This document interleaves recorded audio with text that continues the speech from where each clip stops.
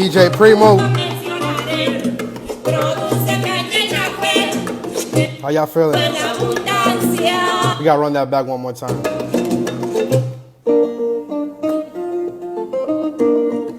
Welcome to Wepa Wednesday. We checking in with you guys. It's been a crazy couple weeks. Let us know how you're feeling, how y'all day going, or where you're from.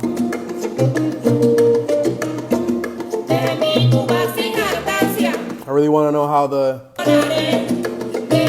events that have been occurring have affected you in any way. Welcome to Wepa Wednesday.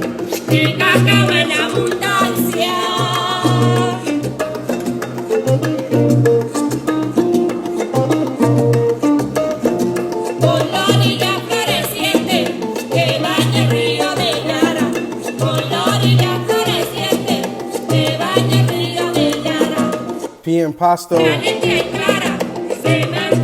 Tampa, Florida. Wow. How's Tampa? How's it going over there, man? Actually, no. I know Dade County. There's an Instagram account for Dade County that I've been following. I think Miami is definitely something going on in Miami, but how's Tampa though? Is that nearby? I'm not familiar with the Florida area though.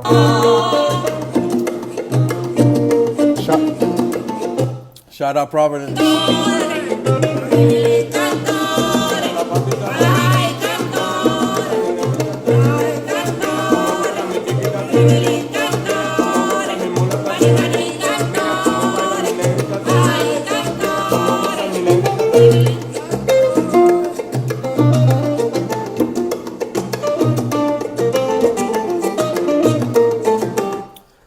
We got Bronx.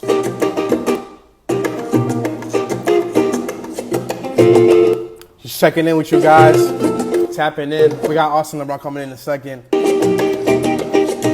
How's Providence been?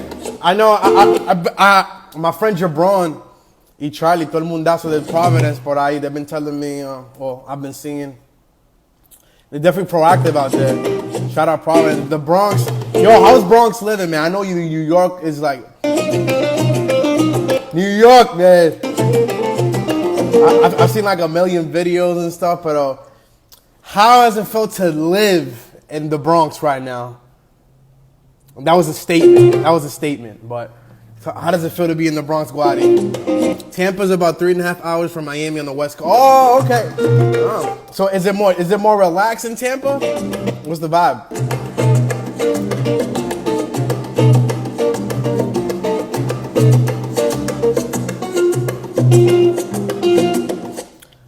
Oh, phase 2. Opening bars and okay. How's that going? Like, are the bars and like it's just bars and nightclubs too? Like, are you guys officially tapped in? Like, are y'all tapped in? 10 protests every manito. Yo, I'm gonna be honest. It's hard for me to follow everything. I know New York, the voices are being heard in New York, man. Like, I've been noticing the laws and stuff that are being passed. Y toda la cosa. Shout out to the new law banning chokeholds in New York. Estoy wrong en la casa. Y esos cabellos, compadre. Parece un león. We in phase 3, Texas. Everything is open. Wow, bro. Listen, familia, mi comunidad, bienvenido. I just been playing a song in the background.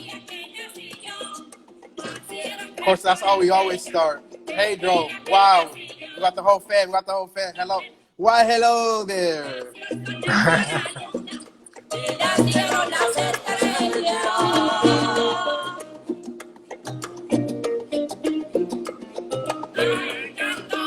Oh, Providence is in phase 2. 10 protests every day, manito. Back what I was saying.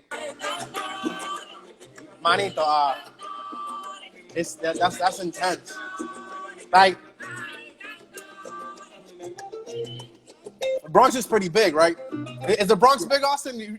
For y'all that Yeah, don't it's pretty know, big. okay, okay. Yeah, For the y'all Bronx is that pretty don't, big. the Bronx, si me estoy confundiendo, the Bronx es un condado, right? Obviously, es un condado. It's a, se me olvida. It's, It's a borough.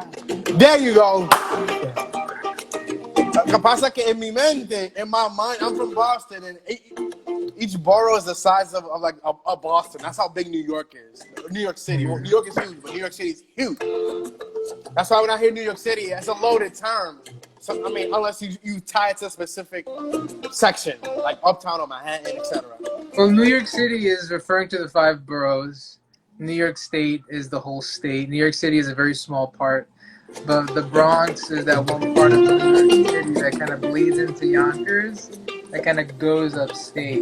And then you have Far Rockaway, which is the furthest point of Queens, which at one Ah, point bleeds into Long Island, which is in New York City. But it's part of New York State. it's part of New York City. It's tense. Every store is boarded up, but also liberating a lot of people in the streets. I can't imagine, bro. How do you, oh wow! Shout out everybody. Cansado, Ethel, Yeah, cansado. Enzi. Yeah, Right? I just been catching up with the la comunidad, la familia aquí. I can't imagine it's tense. It's still a little tense everywhere. I think. I mean, I don't know how you guys personally feel. I think the voices are starting to be heard. Of course, this is a conversation with you guys. How do you guys feel? How do you guys really feel? And in addition to bringing that, that edge, that education in music, I just been playing Tribelin Cantore by Sabu Palo Congo. I'm gonna show you guys real quick. This is one of the few Latin jazz, Afro-Cuban jazz records that was released on Blue Note Records Wow. originally. Can Yeah, so you it's one of the most. Mhm. tell me about Blue Note? I'm not familiar with them. Blue Note, they are the premier jazz or Black American music record label of all time. Right. It's like, when you think of jazz, you think of Blue Note. Like Oh Blue Note wow. Records has some of the best album artwork. They've signed some of the premier jazz artists, Black American music artists of our time. So Blue Note is definitely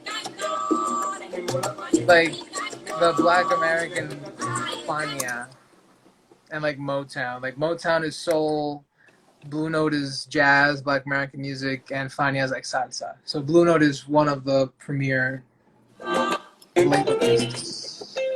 Premier labels in jazz and Black American music, or just Yeah. Black music in general? Black American music. Okay. But Black American music is a term that I've started using in my vernacular. Got to use these big words, bruh. Because there is a movement that I recently found out about a few months last year called BAM, Black American Music. That there is some sort of a point of contention using the word jazz, because sometimes a lot of the jazz artists from that time didn't like the word jazz because that was a name, that was a genre, that was a name that white people gave to the sound, and it's like the word salsa, It's like an encompassing term. It's an umbrella term. So there is a movement that started in the past couple of years called BAM, Black American Music. BAM. So since I know that not a lot of people know what that means, I use them at the same time interchangeably, jazz, Black American music, so that people know exactly what I'm talking about. Even in conversation, it's always good to keep these things up. So whenever you say jazz to someone you don't know, you say jazz or Black American music, so that you can sort of educate while also talking about this stuff. Because I think it's really and that's why I started switching to using the word Afro-Cuban jazz, even because Afro-Cuban jazz is Latin jazz, but it's kind of hard when you have the word jazz in there. We're gonna call it Afro-Latin. Black Afro-Latin Cuban American music is like it's really it's a mouthful. Yeah, it's a mouthful. So whenever I say Afro-Cuban jazz, my intent is to also use the word Black American music somewhere in there, wherever wherever you want to put it. But it's there. along with curl number 75 sticking out. The curls. I think what everybody missed the most was the curls, bro. Trying out new stuff. Haven't gotten a haircut since my birthday last year. I always get a haircut every 6 months. If you didn't know, Austin LeBron trivia, I get a haircut every 6 months.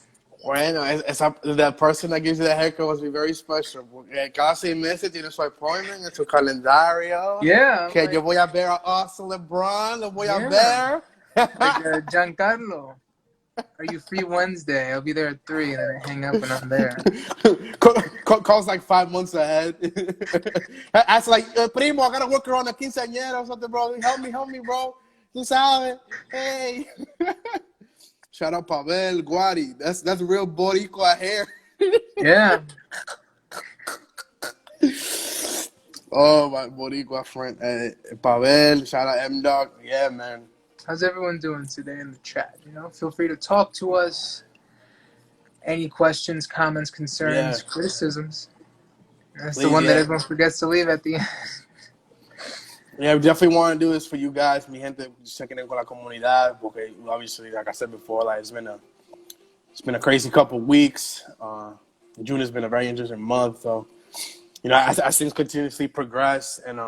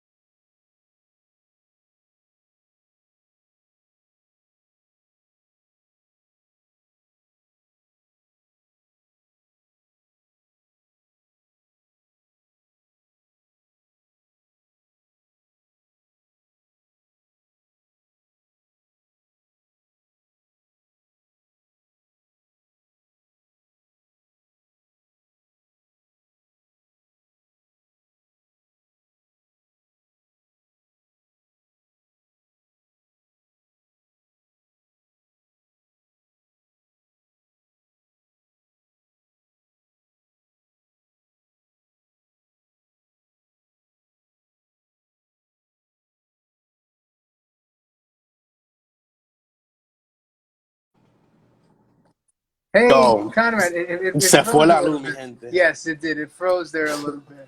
But I'm back. Se fue la luz, Dios mío. I've been feeling more educated. My bad. Esta luz, señores, the quarantine light, bro. Ya tú sabes. Been feeling more educated lately with everything. Have and been lots of social justice. Oh, definitely. It's brought up a lot of conversations. Yeah. And I think a conversation I definitely want to bring up is,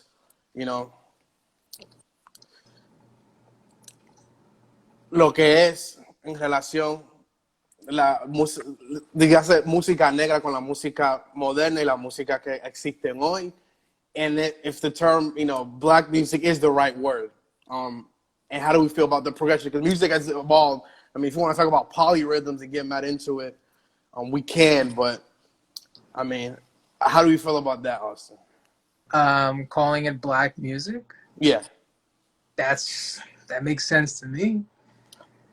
Now, when we go to trace this term black music, where does it begin? Because that's pretty broad. Well, before we did this live here, I actually read something about salsa being one of the last forms of actual African black music we have in America. So I would say my semi-educated guess would be that I think it kind of splits up into two areas of black music, where you have Black American and Afro-Latin. Okay. So no jazz in there. Jazz is not there. Black American would fall under jazz. Like jazz would fall under Black American. So Black American has umbrellas. Yeah, Black American is Negro spirituals. Okay. Jazz, blues, rock, R&B, hip hop, rap, trap, New Jack. That's like everything. Yeah, you have Black American music, and then you also have Afro-Latin music. Okay, Afro-Latin. Yeah, and distinguishing it that it is Afro Latin, yeah, and I think not anything else. Okay. yeah, and I think that's mainly because of the language barrier. Okay. One is in English, one's in Spanish. So there you have those kind of divides. So I think like black music as a huge umbrella term, yes. Because if you think of white music, Let's talk about it. because white music exists, white music is real. Um, you think of white music in America, we tend to think of Mm-hmm. folk music. Folk music. Yeah, stuff like that. You have folk music. You have country music, which could even be, which could even blend into Black American. Country music. So is it country a morph of other genres? It can be. I mean, because when I hear country, I kind of hear blues too. And, That same idea of like writing a song right. to lament something. But we mentioning earlier that Black American music included blues. Yeah. So what makes country white then? If it's from the same family tree, I wouldn't say it's from the same so to family speak. tree. I think it's two separate trees, but I just think that central idea is a universal music thing where you want to write a song that shows hardship within oneself. But the blues are sort of showing hardship within a group of people, not just oneself. So basically, blues is like what it said. It's feeling the blues, but feeling the blues as what's like as why like as the group. The group is Yeah. feeling the blues. Mm-hmm. Versus, so you're saying country music is more towards the individual. It could be more to the individual, yeah. Ah. But then again, I don't know that much about white music, so I can't really say for sure. I'm just thinking of what I hear. I don't know the history Yeah, of now, country and music. what would people just say? What would people think off the rip? Either from experience or stereotypically, what you would say is white music. Country falls in there. Yeah, It's true. It's just people when you think white music, you think country music you think automatically. country, yeah. You think like Folk music. What else? House or techno or what's up with that? That's EDM. black. Has that You see, black. but Even though do most people feel that way though? Do most people feel that way? oh no, and that's the problem. Okay.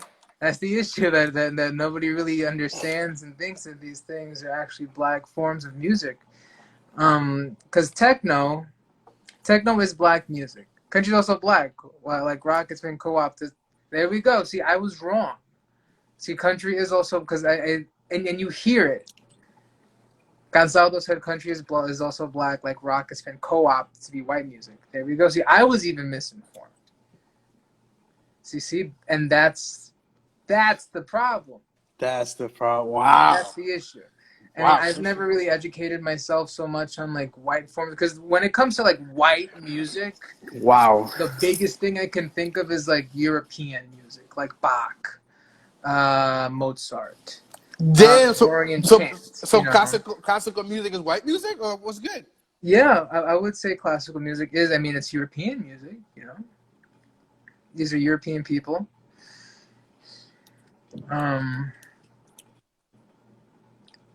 Which is the term modern. Right. Music, No. Yo entiendo. Lo que pasa es que, I mean, the term white is like it's thrown around now just to represent a shade of skin, a shade of the color of the skin of a person. Yeah. Pero I guess en la mente los europeos fueron I guess los primeros blancos, like the first white people that we're gonna say, and then eventually they spread over the world, ¿verdad? Yeah. So en ende por eso tú le dices como European music because European is like what at least what seems like kind of where like the white started. I don't know if that's the better phrase. Where did the white started? Because when you say, "Oh, where did the black start?" Oh, Africa. Everybody says Africa.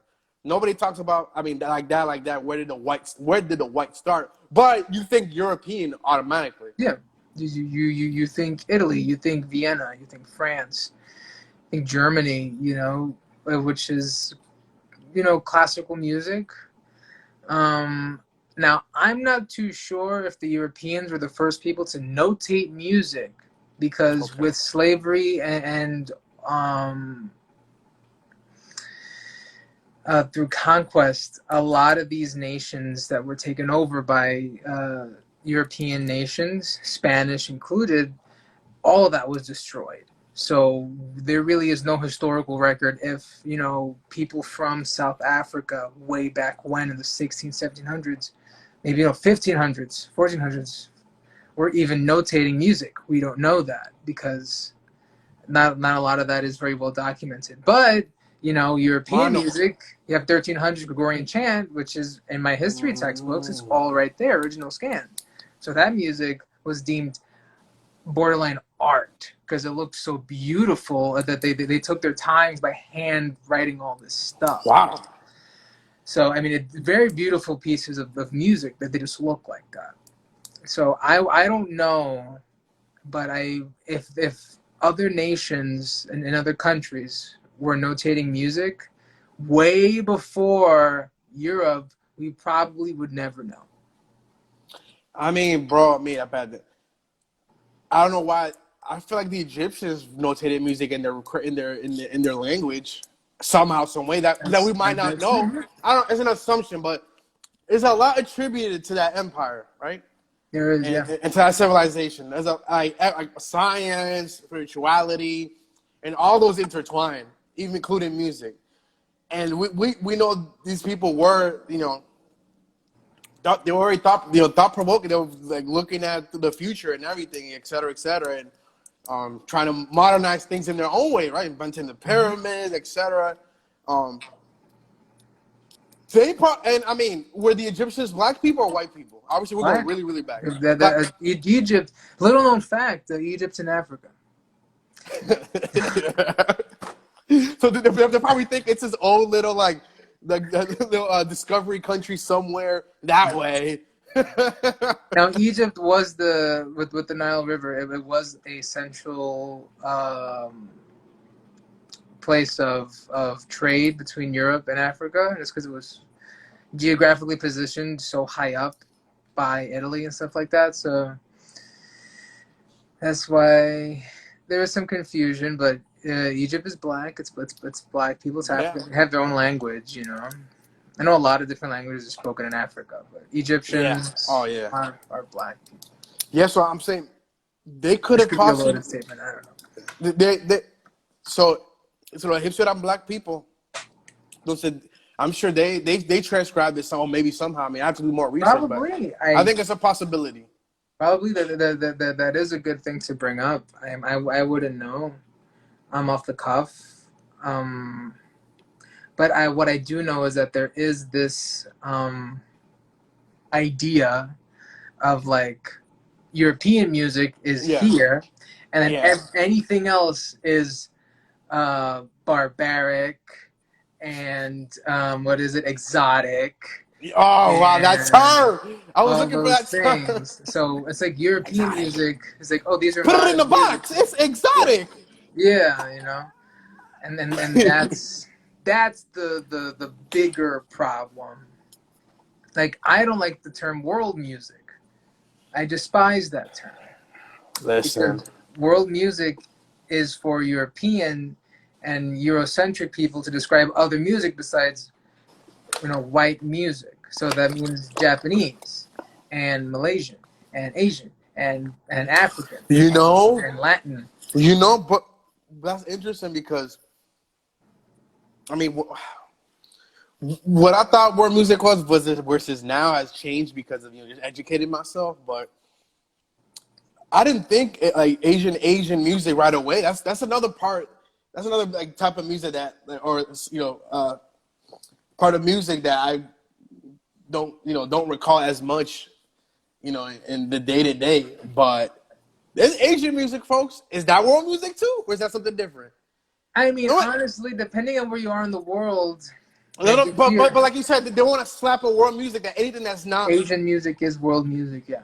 They're trying to slap it, right? Yeah. They're trying to slap it with that term. Yeah, that's that umbrella term, and the term world music I think started in the 80s. I don't like it because then you're kind of like ruining the legacies of all these different sounds that have like mangled and like been incorporated into all of our modern forms of music. I never think of K-pop as world. You see? The thing is that now But is it? But is it though? K-pop wouldn't, because world music is an umbrella term to group folk music. Dang, I mean, do you have to define folk music now? Because that's folk, getting. and then folk music is different for every single country, because in Cuba, guajira is folk music, but it has a name. All right. Like, you know, you can even say that early forms of Black American music are folk music. You know, early forms of African music are folk music. You know, I don't, like, you know, if it has a name, call it by the name. Don't just call it folk. Don't call it, like, you know, it has a name. Yeah, don't slap it with a term and think it's Gucci. Like no pun intended. It's not Gucci. Use the term. What? New age? That's new to me. K-pop is, Cansado says K-pop is Koreans making black music. Wow, that is a lot right now. That is nuts. Saying a lot. That's what Wepa Wednesday is here, folks. You know, we've been. It's been a tough couple months in quarantine, and we have a lot to get off our chests. Our chests. Wow. Wow. Yeah, I mean, just a notion of world music. I mean, I think over time, like, I think that definition is gonna change, or it's gonna have to change. I mean, I think it's changing now. I think now it's changing. Even the record, I saw somewhere that I don't know if it's I don't know if it's verifiable. I haven't looked into it, but I read that the Recording Academy is changing best urban contemporary to best progressive. Bro, listen. Tell me more about that, because I got something to say about them. Well, I mean, that's a great step in the right direction. Yeah. So you said it was from what to what? It went from best urban recording to best progressive R&B album. So straight up best urban. It was best urban. Best urban, yeah. Urban contemporary is, I think, now progressive R&B. Now it's called progressive R&B.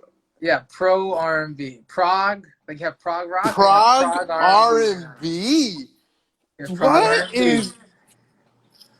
Now, what is prog R&B? Yo, now we have a whole new genre of music that was created so that we don't have to say the word urban. Fantastic. I think that's really, really good. Yo, it's totally prog, bro. It's totally prog. Yeah. So that means that you heard it here first. You heard it here first. I'm crying. Progressive yo, that's the new term. Oh my god. That's the new. It's so prog, bro. Dude, yo, you got. Dude, hey, this party, yeah, this music. It was so prog. How about just? I think R&B just works well, and it's they coming up with these names because they don't want to call it by exactly. Wow, prog R&B really lighted up the chatty. I mean, it was called for. What about? What is one artist in that genre? I don't know. I would have to wait for the Recording Academy to come out in 2021, and we see all of the artists that are grouped into prog R&B. Now we can look at the urban contemporary nominees and get a good feel for it. So what is urban contemporary music? Let's look that up. Let's do some research right now. Urban. I think so. Urban. Because I mean, that's so broad. I mean, that would have to include, like, I mean, general hip hop, general R&B, general rap, etc. I mean, now they're calling all together. They're calling it prog R&B, all together. So that's Grammy to rename urban contemporary category progressive R&B. Pitchfork. It's called prog. It's prog R&B now. So prog, bro. So prog. Yeah. So if I make a country album, it would be prog country. Holy, this has opened up Pandora's box. I mean, this is why we called it Future Latin. You know, is it prog Latin though? So prog, progressive Latin. I don't know. Muchacho, now from Latin. Wait, so is this going to be the beginning of the word future being thrown away and for prog? The word progressive. It's so prog, bruh. Like prog Latin. I'm sorry, my chest. Prog Perreo. Perreos down. We already have Neo Perreo, bro. Listen, we got La Boca Sucia, we got Ganja Kusami, we got Chika Kawasaki, we got fucking Miss Nina's nice though, and Hey, those people.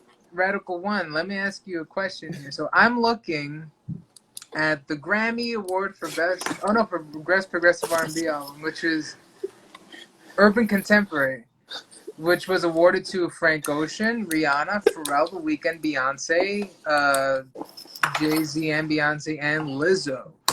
So Okay. progressive R&B, because progressive R&B is different from R&B, because you have R&B like, Boyz II Men, Erykah Badu, TLC, Lauryn Hill. So is progressive R&B? What the fuck?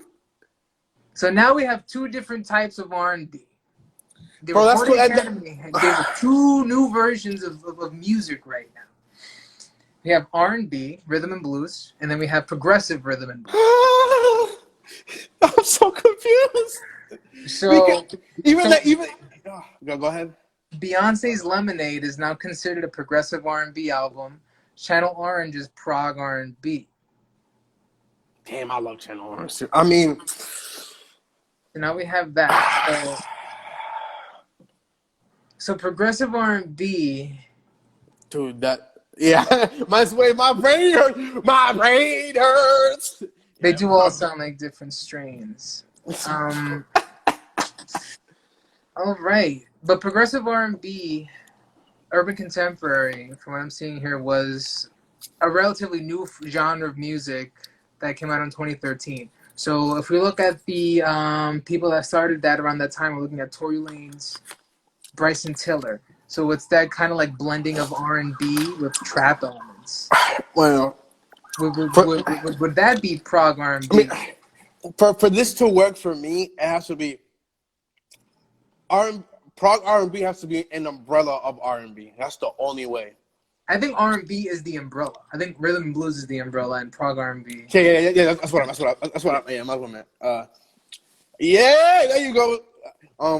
That's the only way it's gonna work because you can't just call urban prog R&B straight up because that nullifies so many subgenres and genres. But again, urban, because it's urban contemporary. But urban contemporary can mean anything. I think urban contemporary, if we listen to the sounds of these albums, they all have that similar sound versus like you have R&B, well, let's say like 80s R&B, 90s R&B music, like harmonies and melodies with more experimental trap elements. So I think that's what prog R&B is. Prog R&B, but urban contemporary. Which is because urban contemporary, prog R&B is the new urban contemporary. But like urban contemporary is not specific enough for me. Like no, it is not. It's not. So then I'm wondering if that's gonna nullify other subgenres that could have been nominated under urban because if they're slapping the term prog R&B to everything that was urban contemporary, that's not right. It's just not right. It's a step in the right direction. I mean, the word progressive is kind of like a buzzword, honestly. If they're using progressive R&B, they want to show that they're listening to people. So now we have prog R&B. So you have R&B, which is regular R&B, and then you have traditional R&B, which is like rhythm and blues, and then you have prog R&B, which all goes into the whole thing of rhythm and blues, adding rhythm to the blues, which was originally rock and roll. Rock was the original R&B, and then Motown came and changed the sound of R&B. Because R&B is called rhythm and blues because you're adding rhythm to the blues. So I guess we'll see what comes of this prog R&B stuff next year at the Grammys. It's just well, this is just to me, and that it's just how urban contemporary sounds like what it should have been called, prog R&B or something R&B related. Yeah, because urban contemporary sounds like future R&B or like whatever. Yeah, A progressive. Well, I guess future's not the. It's prog now. It's not. It's not future. It's I think prog. future. I think prog is gonna be the new future. Because even future, Wow. because even when you All my say SoundCloud future, people, what's good? because even when you say future, future beats isn't that's a whole other umbrella term for anything that's in indie. Super. Because future beats, to my knowledge, is what stemmed from future bass. Because you have bass and you have future bass. Is the sound off? Can you Nah. hear us? No. Can you guys hear us? Are we I just can. I can hear you, Watson. okay? We're good. All right. Thank you, Augustly_music. I got sleep. It's good, bro. Yeah, I think because future's a SoundCloud word. I think it is. I think it is. Future's a SoundCloud word. I don't. Guadi, what you think, bro? We got my SoundCloud experts in the building. Guadi, the word future, slapping future on the term. Does this SoundCloud initiate that that movement? Because there was. You got future house, future this, future that, future I definitely. put your feet, put your five, put your four, put your five, cha cha cha cha cha. Oh man. I think because I never heard the word future outside of SoundCloud, and that's why we called it Future Latin because it's future beats, but it's Latin future beats. First with Future Violet. Yo. And then Future Violet is what Sango makes, even though what he was making was ballet funk. So it's like future progressive. And then I think somewhere in there, Thunderstone Labs names got to be brought up. The real ones know, which used to be Thunderstone Radio. Getting a Thunderstone Radio feature. Yo, this is a deep cut episode we had. We're not gonna say this episode because we're gonna officially start next week. But this is with a community check-in. But that's why we're discussing all these things together. But Thunderstone Radio, to get a Thunderstone Radio feature, it meant a lot. To me, it meant a lot. Actually, at the time, we're talking like 3-4 years back. It was. I mean, I'm still pretty happy that they made those future Latin tapes because it's important. Educating. It's important to group all these things in one area. But the word the future started in the 2010s was future is SoundCloud. Yeah. Damn, I'm so smart, bro. I'm like the best person on earth. When does the future label expire? I'm not sure. I'm really not sure. Shout out Coaching with JC. Okay. Yeah, bro. When does the term future? I'm gonna be honest. Maybe soon, because I'm gonna be honest. A lot of people follow what the Recording Academy says. They have a lot of influence. I'm serious, and I'm gonna give an example. I was happy that Austin brought up this discussion because I saw a video yesterday of the Latin urban called Urbano. It is also going to be changed. I forgot. I can't remember what. But they're going to change the name. Oh, no. I think they're going to call it by genres now. Reggaeton, salsa, yeah. I think, I think. I think they're going to have like best reggaeton of the year. Which, and then best Latin trap of the year. Yo, are a fan out there. They're definitely changing it. And I know Nicky Jam, and I think it was I don't know if it was DJ Nelson, but it was one of them. One of the OG DJs and producers from back then. Then we had Rapetón. It was on Rapetón. If you guys follow Rapetón, it's on there with Nicky Jam. But they're discussing taking away the Urbanos going away. Oh, here. The Academy has combined Best Latin Pop with Best Latin Urban Album. And what are they calling it now then? Best Latin Pop or Urban Album. So they're combining it now? They're combining it, yeah. What the hell? That's worse. That is worse. That's definitely worse. I thought they were gonna, because there is Latin Pop. And Best Rap Song Performance has been renamed Best Melodic Rap Performance. What the hell? And This category requires a strong and clear presence of melody combined with rap cadence and is inclusive of non-rap genres such as R&B, rock, country, electronic, and more. So, best melodic rap performance would probably, like, let's say, would be Old Town Road by Lil Nas X. But that's, oh man, yo, y'all consider Old Town Road hip rap or pop? Cause But that would be best melodic rap performance. So now we're getting into this thing of like people that sing while they rap now has its own category. So now you have it includes non-rap genres like R&B, rock, country, electronic, and more. Because there's a lot of people that are singing with a rap cadence, like oh my god, but like Maroon 5, maybe it's 6:45. Maybe I'm barely alive. So there's a melody with a rap cadence. So that's melodic rap now? That's melodic rap. So that'll be like Lil Peep and all those people, rest in peace. Like that would be melodic rap. Yeah, like what Drake started doing. So Drake is melodic. So sing rapping. Or what T-Pain was doing. It's so funny that for that they're being specific, and for other things they're broadening it more. They're broadening other things and specifying others. Maybe it's because white people can also do that too. So now you have a more inclusive genre. So now the genre isn't going to be just black, just white. Like, I can make a song like that and it'll be called Best Melodic Rap Performance. So there's that. So now there's another umbrella term by the Academy. So we'll find out next. My head's exploded too, Glotty. Rain. Yes, bro, I'm laughing. What up, Mr. Pretty heavy. Yeah, bro.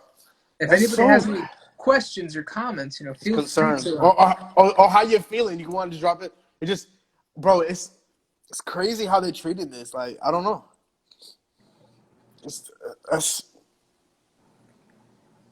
I think it definitely has to do with the inclusiveness. But I mean, it's like they want to be inclusive when they want to, if you know what I mean. But and it's like that might be a whole other topic, but like it's kind of true, man. Like why all of a sudden y'all want to be inclusive with like melodic rap when like at one point in time like rap was like black, like oh that rap, what the rap music,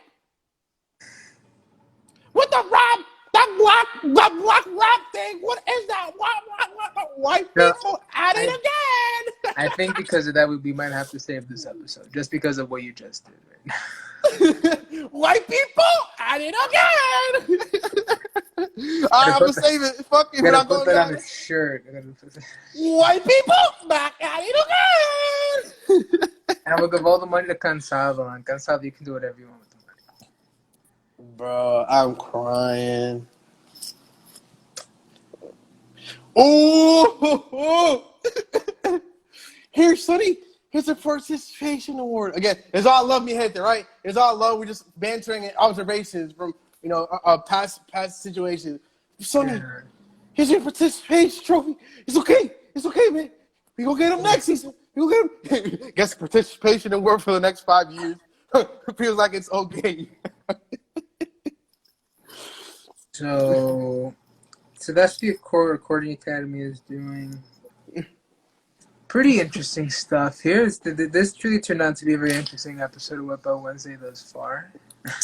No, definitely. But things are changing, which is good.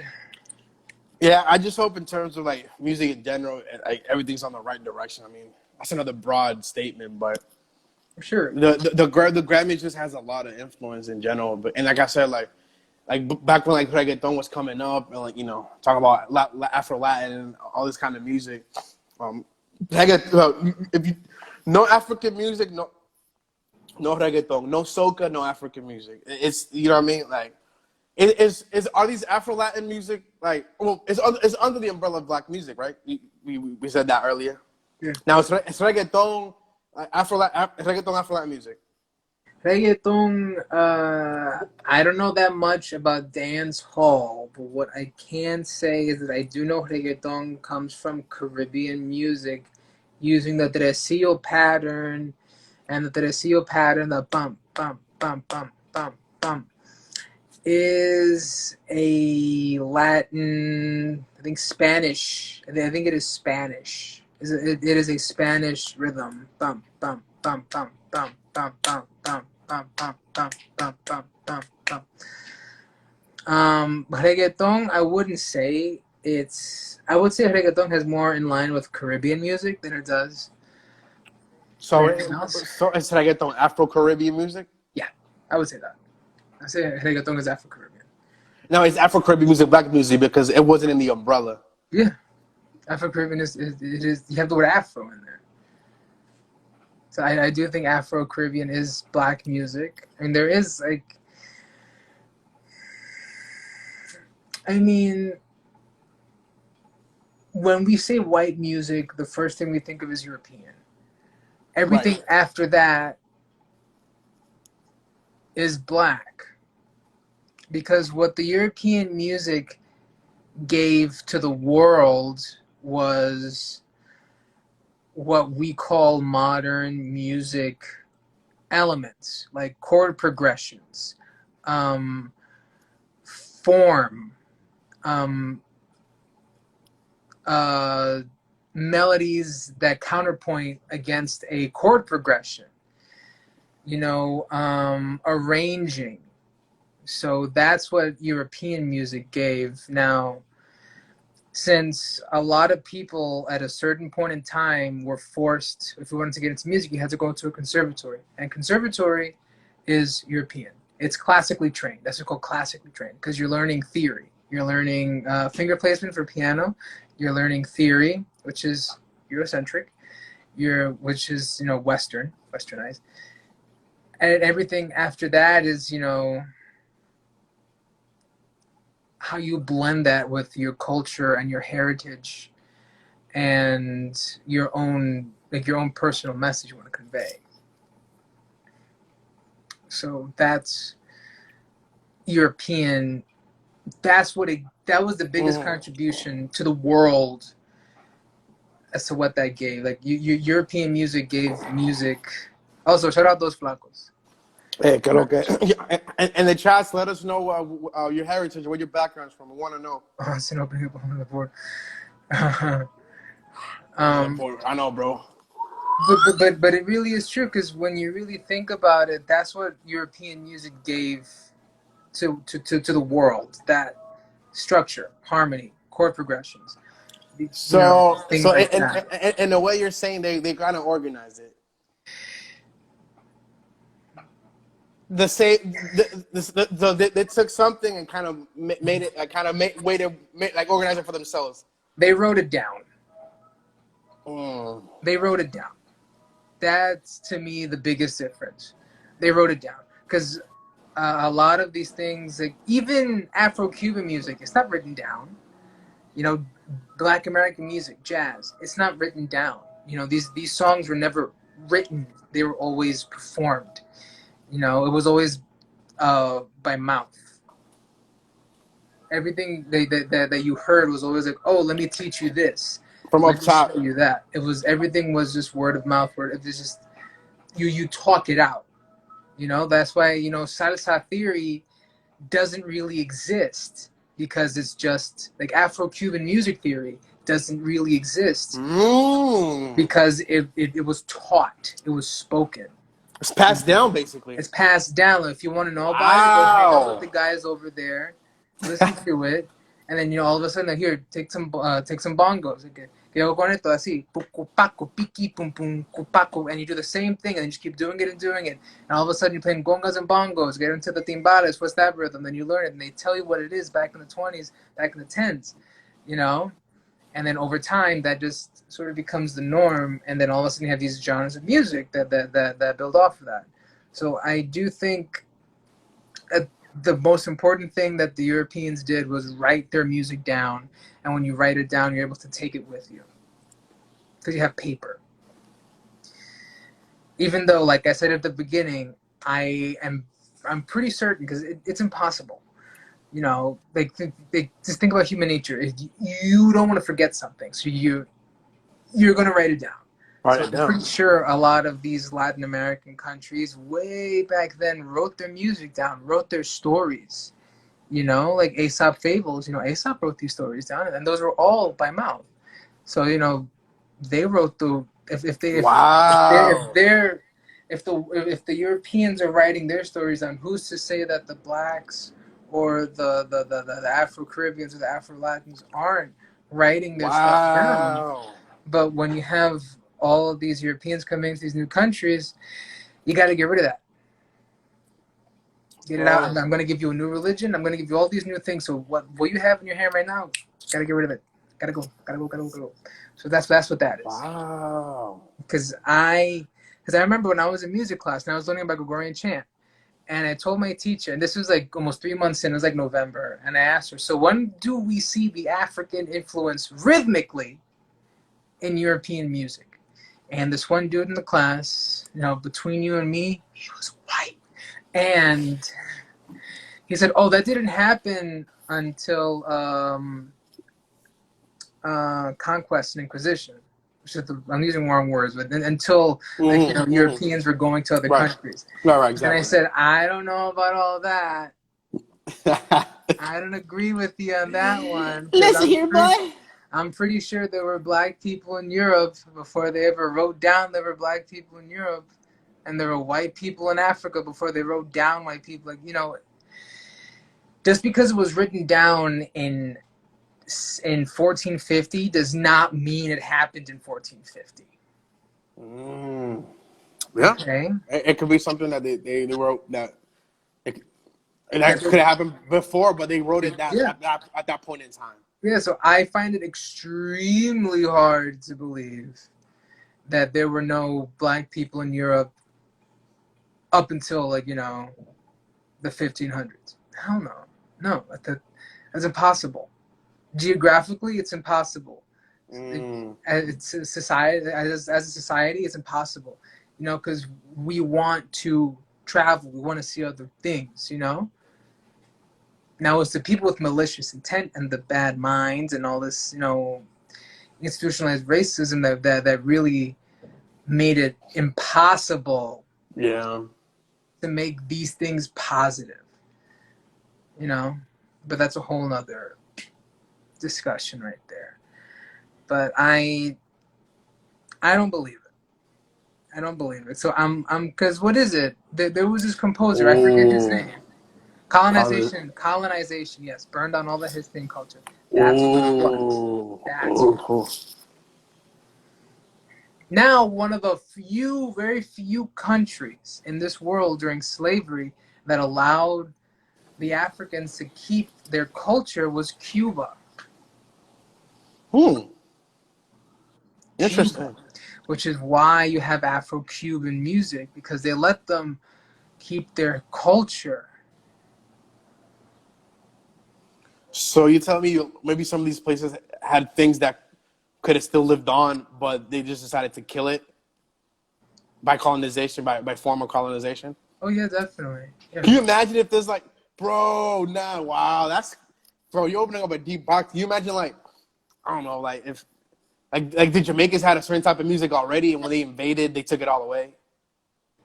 Probably, you know. And then obviously over time, you know, dancehall comes about, but there's certain things that wouldn't have happened if certain things would have happened. Like, we don't know what would have happened if they would have let these places keep their customs, culture, way of living, etc. We don't know. We don't know, because it was all burned and destroyed. So, like, you know, who knows if there was other forms of music besides the ones that we already know about. You know, if there was other types of stories, you know, if there was other... Because the Europeans were notating music one way, but what if the Africans were notating music another way and stuff like that? Like, I haven't done research on if other countries were notating music, but I'm sure they were notating music. I'm sure they were writing these things down in their language, in their like in their language, yeah. And the language. so I can't really sit here and say, oh no, it's impossible. It was because of colonization that we had more of an influence on the Africans as well as the Caribbeans. No, hell no. That's just extremely close-minded. Beheads Christopher Columbus statue. I actually read somewhere that Christopher Columbus, when he went to Hispaniola, that the natives gave him a gift. And he wrote this down in a book. The natives gave him a gift, and it was a gold-tipped spear. It was gold-tipped spears. And the natives said that was a gift given to them a while back by dark-skinned visitors. So Africans were actually in Hispaniola, in the New World. Oh, wow. And the metal that was used on those spears was the same exact metal that certain African tribes use for soldiers on their spears. Wow, bro. So there's that. That's There's a lot of history here. So yes, salsa is black music. So if you're a Hispanic person, a Latino, Boricua, a Mexicano, what is it, Venezolano, Venezolano, Peruano, Argentino. Dominicano, it's black music. You cannot be out here dancing to Aguanile and saying that, oh, that's not black music. You are a very closed-minded individual. You're not, and you're very, and it might not be that person's fault, but it might be. Because, if you tell them, hey, it's black, and they say, no, it's not, then they're being ignorant. Nah, it's salsa. Bro, what's salsa? It's salsa. Salsa, Salsa compro yo aquí en el supermercado. Mambo. Salsa's black music. It is, And I think a big contributor to that as to why a lot of people don't think it's black music is because of the language barrier. It could be the language. It could be the rhythms. I don't know. Because if you listen because salsa has a lot of that Black American music influence, and there's Black American music influence in salsa. There's also a song. I want you to pull this up right now. It's really cool. It's a song called what is this song called? It's a song by Jelly Roll Morton, who was a blues artist, a ragtime and jazz pianist. And he had a song. What was that song? The song playing. Well, what's the name? You said Jerry?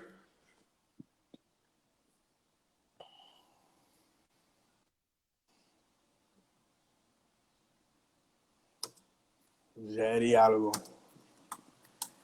Salsa. It's not Jerry Rivera, for sure. Hold on, yo, it ain't Jerry Rivera. It's not Jerry Rivera. The song's called New Orleans Blues. Let me see.